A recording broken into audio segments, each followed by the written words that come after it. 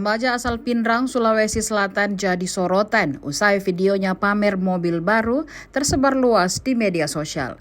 Remaja yang mengenakan baju biru itu terlihat berteriak-teriak memamerkan mobil baru berwarna putih.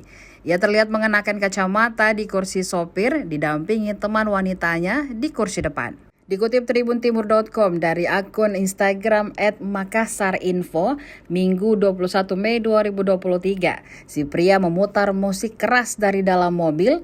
Ia berteriak-teriak dan aksinya direkam temannya dari luar. Namun siapa sangka, selang beberapa waktu selanjutnya, ia justru mengalami kecelakaan tunggal. Diinformasikan momen itu terjadi pada Jumat 19 Mei 2023. Mobil yang dikendarainya menabrak pohon hingga terbalik.